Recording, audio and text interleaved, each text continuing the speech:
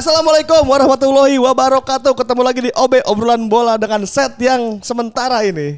Kenapa nih? Kok Di mana sementara? kita di mana emang? Ini kita pindah ke studio karena yang studio kemarin sudah diganti. Emang iya. Termasuk studio podcast nanti. Podcast juga akan ada penyegaran lah. Emang udah boleh dikasih tahu? Ini boleh kasih tahu. Nah ini studio baru apa sementara ya? Sementara. Ini kita numpang di tempat orang. Ini sebagai tim art. Jadi Ini kita numpang di rumah ojek nih. Ini rumah ojek. Gimana rumahnya ojek? Mewah Bagus ya, kan cukup ya? mewah ya. Abis ini kita tur rumah. ini emang kalian lihatnya di rumah gue tuh emang sebola itu kan, makanya gue. Kalau yang Sobat Sporty belum terbiasa nanti secepatnya kita akan pindah ke studio baru untuk membahas obrolan-obrolan tentang sepak bola bersama Apta Perdana dan Mozaik Al Isamer. dan tentu saja Ripam Pradipta dong. Iya dong, kalau itu pasti selalu ada kalau itu aman. Iya, semua. Kita sekarang mau ngomongin Piala Eropa yang sudah masuk ke babak 8 besar. Nah ini dia. Wih, mantap. Sudah masuk sebetulnya banyak sesuai prediksi. Hanya Ya, ada ada beberapa. satu. Ya, nggak banyak kejutan ya sebenarnya. Gak banyak kejutan lah. Rumania juga kalah. Terus tim-tim besar memang tetap masuk. Belanda tetap masuk. England tetap masuk. Kecuali ada satu yang nampaknya harus sedikit dibahas ini. Timnya Luciano Spalletti yaitu Italia.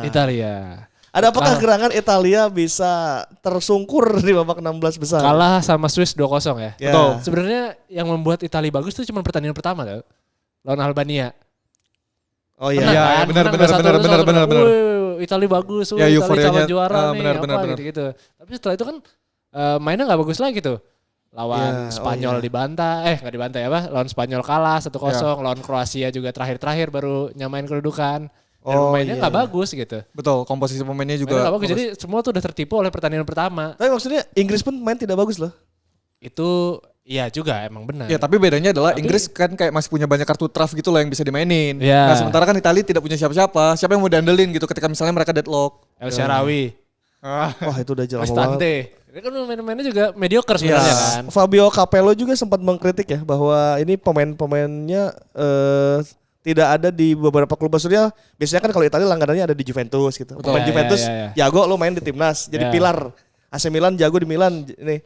Nah ini tuh dua tim besar itu bahkan tidak menjadi pilar katanya gitu. Banyak dari Inter kan. Iya. Praktis yang bagus di squad ini kan cuma Donnarumma dan Calafiori kan yang Betul. baru muncul lah. Iya. Ya kan? Hanya Kalau jadi dua-duanya back gitu, pertahanan. Di depan. Di depan nggak ada yang bagus.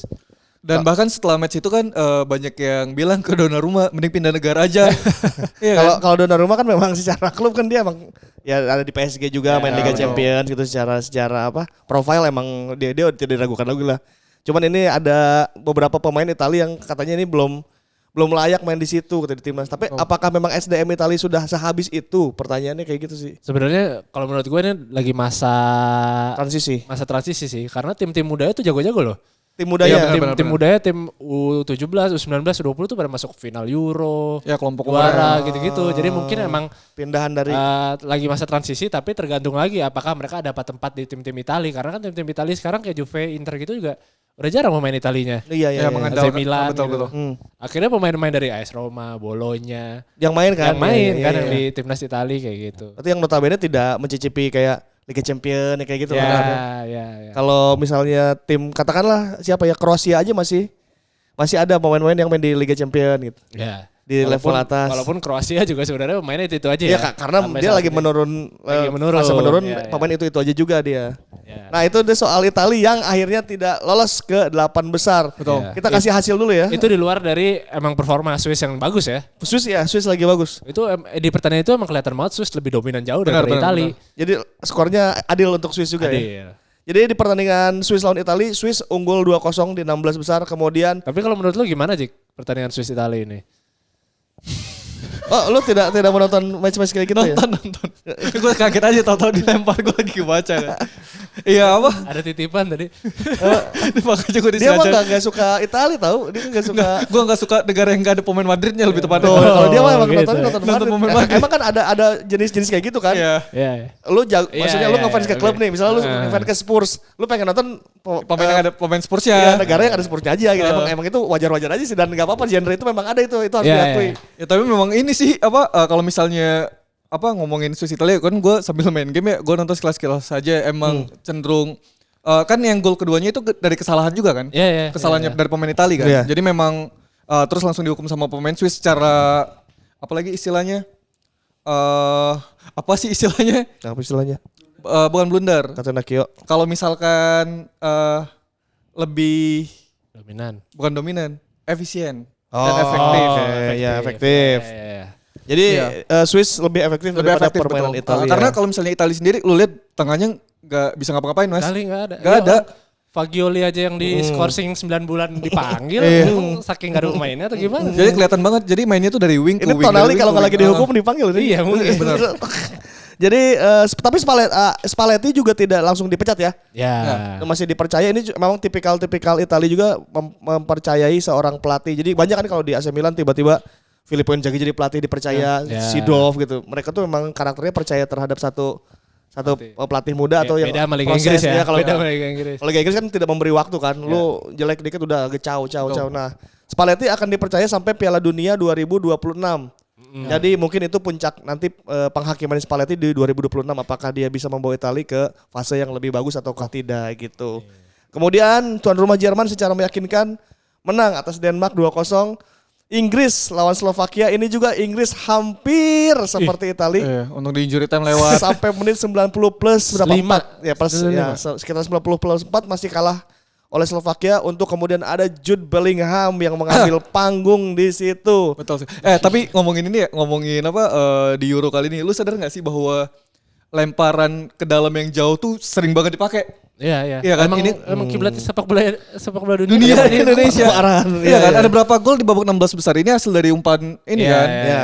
Cuman Salah kalau satunya yang gol Jude Jude Bellingham, ini. Kalau Jude Bellingham memang udah wild card lah, itu udah ibaratnya udah untung-untungan aja dimasuk, asal bola ke kotak penalti kita untung-untungan di situ. Iya. Udah nggak pakai taktik yang inilah. Tapi sebenarnya di pertandingan ini Jude Bellingham mainnya nggak bagus loh menurut gue. Gue sepakat sih. Cuman karena satu Gua gol sepakat itu sih. doang gitu. Iya, jadi langsung sorotan ke dia kan. Iya. Padahal sebelumnya pas pertandingan kalau pas gue nonton tuh yang menonjol sebenarnya kan Maino, ya. Foden. Lini yang tengah berusaha. Inggris kan memang selalu 3 di tengahnya ya, bukan yang di pinggir-pinggirnya ya. Iya, 3 iya. tengah kan Declan Rice, Jude sama satu lagi entah siapa itu, kadang TA, kadang ganti-ganti Iya, kan. ganti-ganti. Gallagher atau Itu lagi. tuh sedang memang tidak berjalan baik tau di turnamen itu. Betul. Itu tuh mereka tuh kayak lagi nyari terus. Iya.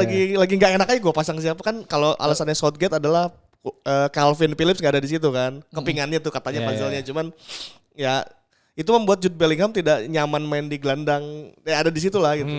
Udah Cole Palmer juga kayaknya nggak masuk skemanya Southgate. Dan Foden pun menurut gua nggak bisa main di kiri. Iya, Ya, Foden Dia benar. kayak kiri juga. Benar, Dia benar. selama pertandingan lebih sering ke tengah. Naturalnya lebih- kali ya, Iya. iya.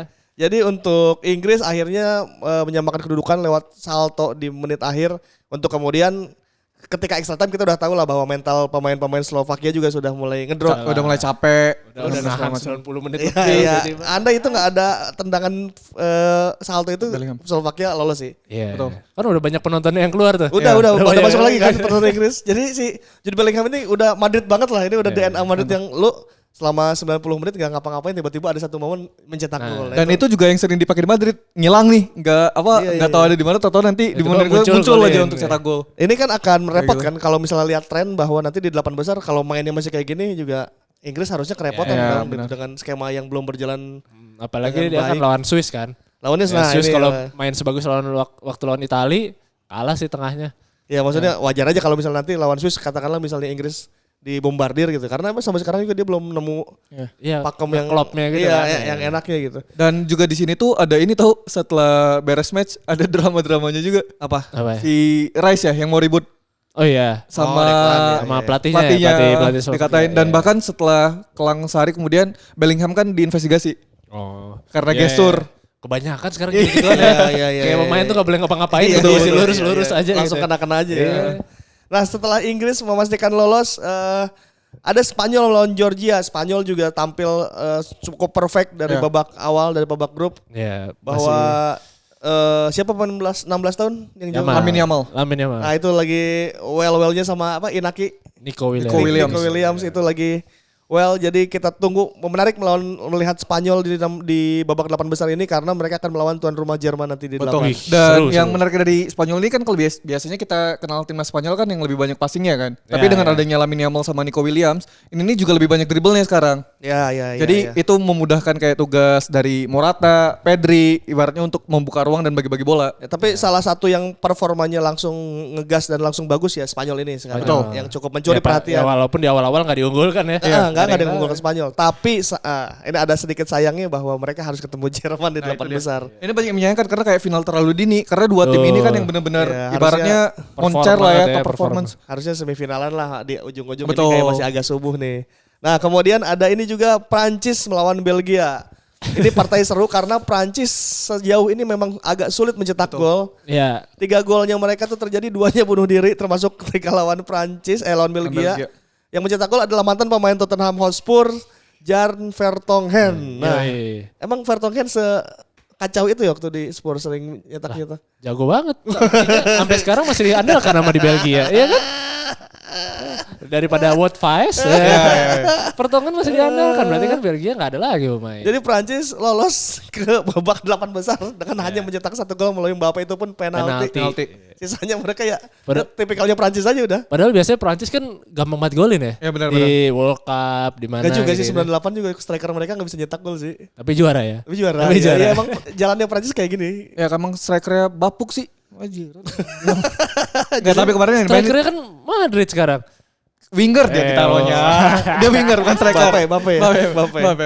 Jadi karena pindah ke Madrid kayaknya nih. Belum si Mbappe. Iya. Prancis ya seperti layaknya klub besar yang apapun yang terjadi permainan buruk dan beberapa kesulitan mereka tetap memastikan lolos gitu. Betul. Ya. Itu kebalikan-kebalikan dari Tapi tim. mereka diuntungkan dengan pertahanannya yang bagus sih. Kalau pertahanan ya bagus, kalau pertahanan. Nah, kemudian Belgia ini kan Belgia tuh dari dulu sempat digadang-gadang ada generasi emas. Itu Kevin De Bruyne sampai ngamuk kan? Betul. Ditanya soal ini bagaimana pendapat Golden Generation. soal Golden Generation di timnas Belgia kok gini-gini aja dijawab. Kalian pikir Prancis dan Spanyol tidak ada generasi emas? Itu pertanyaan bodoh katanya. Sebenarnya ya itu lagi bete lagi kalah kali ya. Tapi emang kan digadang-gadang itu dulu. Itu dari zaman mereka masih 17 tahunan loh. Mereka sudah. Iya. Nih, Paketannya itu kan. Iya, waktu 17 tahun tuh di masa yang akan datang ini akan menguasai Eropa gitu Cik. Jadi Lukaku, Kevin De Bruyne, Hazard, Eden Hazard, Torgan Hazard. Ya si Hazard satu laginya. Courtois, Mignolet waktu itu. Vincent Kompany. Iya. Itu kan memang digadang-gadang ini bakal jadi penguasa Eropa karena mereka menguasai sepak bola di ini kan di Liga Inggris. Iya. Hazard kurang gimana jago. Puncak performanya ya di World Cup 2018 sampai juara 3 kan. Nah, iya, Tapi iya, cuma sampai di situ nggak pernah sampai ke final. Bener. Iya, Jadi generasi emas ini bahkan tidak pernah reach ke partai final gitu. Iya. Nah, tapi jawaban si Kevin De Bruyne kan gitu lu. Tuh lihat aja lu emang Inggris bukan yang jadi Sampai reporternya udah kebales lah. Reporter yang dikatain sama De Bruyne. apa? Dibilang kayak, ya emangnya Prancis, Inggris yang disebut itu tapi mereka udah pernah masuk ke final. Iya, bener. Ini generasinya masih Inggris yang zaman ini kan Cik Grealish yang masuk final musim lalu kalah sama Italia kan. Euro, ya. Kalau Prancis generasi ya itu mereka Sampai bahkan mau juara apalagi gitu. Jadi memang Belgia ini akhirnya generasi emasnya tidak kemana-mana. Kalau Portugal dulu pernah sempat ada generasi emas. Rui Costa, Luis Figo, Abel Xavier, Victor Baía. Ya. Jorge. Itu pun sampai final 2004. Mereka sempat tembus final 2004. Kemudian akhirnya generasi emas itu tidak dapat apa-apa, tapi Ronaldo dan kawan-kawan bisa mendapatkan piala tuh. Ya. Ronaldo pun udah ada di tahun itu. Udah ada. Awal-awal kan? Udah ada. Sama Conceição lah dia. Sama sekarang anaknya main di Portugal. Nah, kemudian jadi akhirnya Belgia nggak dapat apa-apa ya generasi emasnya, mungkin akan ada generasi lainnya di Belgia. Agak susah sih karena kalau misalnya yang lain kan kayak udah ada kaca gitu loh, kayak oh ini udah pernah sampai ke final segala macam. Sementara Belgia tim terbaiknya pun belum bisa. Ya, belum bisa lepas dari bayang-bayang karena Belanda. secara sejarah pun sebenarnya Belgia kan bukan tim besar ya. Iya, dari zaman beda dulu dengan ya. Prancis, Inggris gitu dari dulu emang tim besar kan memang, makanya ini dibilang Golden Generation. Iya, makanya pas bener-bener, generasi ini muncul nih karena dulu-dulunya nggak ada tim yang bagus ya, yang bagus kan. Bener. Nah, kemudian ini ada lagi Portugal melawan Slovenia. Ini seru juga nih. Match berlangsung 0-0 untuk kemudian Portugal mendapatkan penalti. Betul. Di babak tambahan di extra time. Ya. Ronaldo tendangannya ditahan oleh Jan Oblak. Gimana Ronaldo? Kok bisa-bisa ya dia gagal penalti Itu bukan menurut gue emang kipernya yang jago sih. Maksudnya bukan tendangan yang melenceng apa segala macam kan itu emang dibaca sama si Oblak kan. Bukan kiper yang jago anjing, itu kiper Atletico Madrid tak tergantikan coy. Iya makanya. Jan Oblak busek gitu mah. Ya, cuma kan pada akhirnya kan dibuktikan juga di babak penalti kan Ronaldo dia ngambil penendang pertama untuk Portugal kan. Itu oke sih. Walaupun juga masih tetap kebaca sama Oblak, tapi bolanya lebih kencang dan bisa ada cara gol. Ada gestur menarik bahwa Ronaldo pas gagal tuh kan sempat turun minum kan, half time yang itu, terus dia nangis gitu bahwa dia menyesali, tapi teman-temannya yang support cuma slow gitu. Katanya ada cuplikan juga dia nangis tuh gara-gara ngeliat nyokapnya di atas. Jadi kayak nyokapnya nangis sedih terus dia jadi ngeliatin jadi sedih juga gitu. Tapi happy endingnya untuk Ronaldo ketika adu penalti kipernya Diego Costa bisa nahan 3 dan tiga-tiganya Ronaldo, Bruno Fernandes dan Bernardo Silva menyelesaikan dengan baik dan mereka ya itu udah pemain-pemain jago ya. Iya, dan ada gestur menarik juga kan soal ketika semua orang berlari ke Diego Costa, ada Cancelo yang langsung melipir terus meluk Ronaldo karena Ronaldo sendirian kan. Ya, yang selama ini katanya musuhan nih mereka. Ya gara-gara satu statement doang. Ya. Oke, itu selamat untuk CR7 karena itu akan menjadi katanya sih last dance-nya Ronaldo di Piala Eropa. Kemudian ada hasil yang lain lagi. Ada Belanda. Oke, nah ini Romania melawan Belanda. Nah justru nih Belanda trennya naik nih. Naik turun sih sebenarnya. Ya cukup naik turun sih. Yang ini lagi bagus nih. Ini lagi tiba-tiba bagus lagi. Angot banget bagus banget gitu. Kalau lagi turun kalau gini lah Belanda memang belum pernah stabil, cuman di 16 besar kemarin lawan Rumania itu tiba-tiba pemain terbaik, striker terbaik Liga Inggris Cody Gakpo. Nah, Cody Gakpo kan dibilangin tuh kayak Cody Gakpo di Liverpool sama di Belanda tuh beda gitu. Ya. Di Liverpool gak kayak gitu, kalau di Belanda dia jago banget. Kenapa? Ajak pemain-pemain kayak gitu yang di timnasnya jago tapi di klub gak terlalu jago. Kenapa? Apakah gak cocok dengan skema Liverpool apa gimana?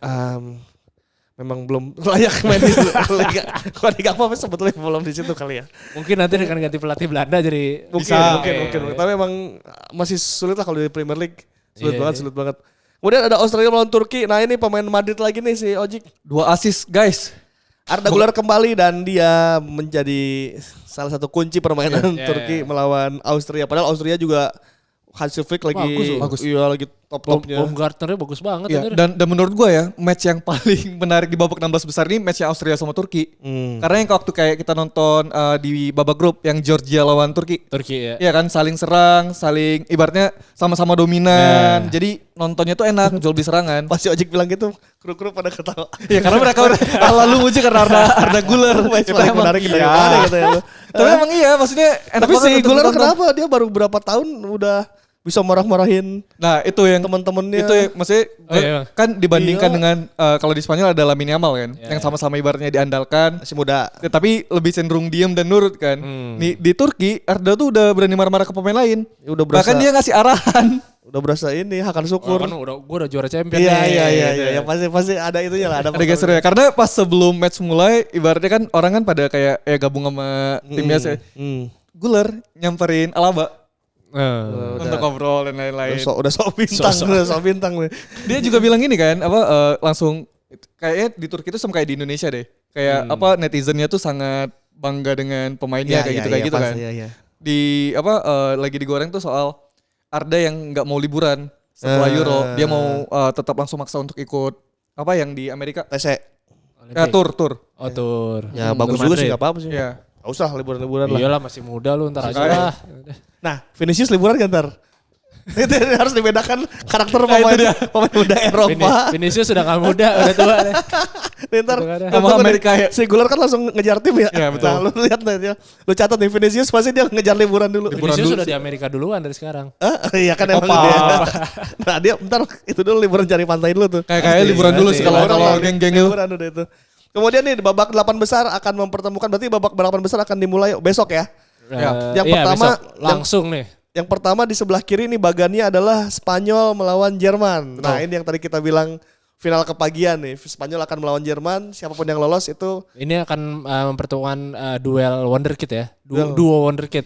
Yamal dan Nico Williams sama Wirtz dan Musiala. Oh iya, itu dia dua wonderkid yang akan ditopang oleh Rodri dan Toni Kroos, dua DM terbaik dunia saat ini. Seru sih nih. Di bawahnya mereka, jadi kalau mereka menang akan bertemu dengan Portugal melawan Prancis. Ini yang main jam 2-nya nih.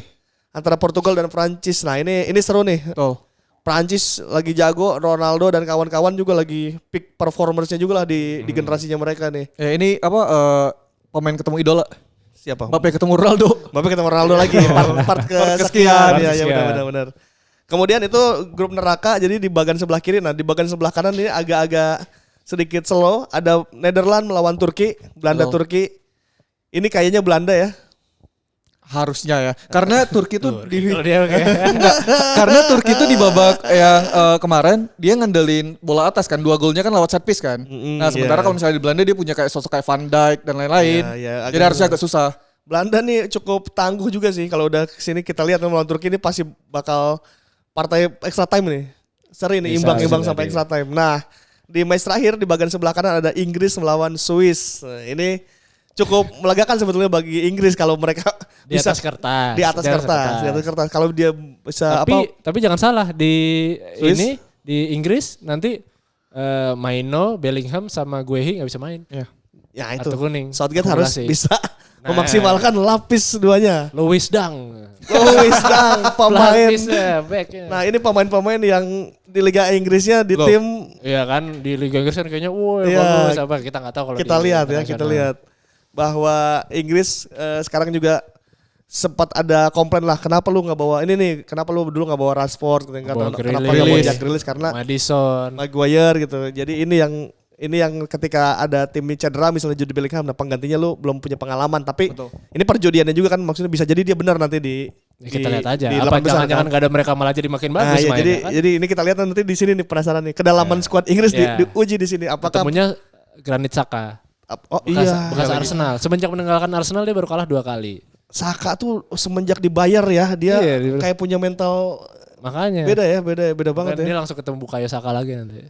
Dijitak lah sama dia Saka sama Bukayo dan Granit Xhaka. Nah, jadi kita akan besok udah akan mulai masuk ke babak 8 besar Piala Eropa dan itu akan menjadi sangat seru. Lagi-lagi disiapkan fisik dan mentalnya karena akan main subuh sampai subuh lagi. Betul.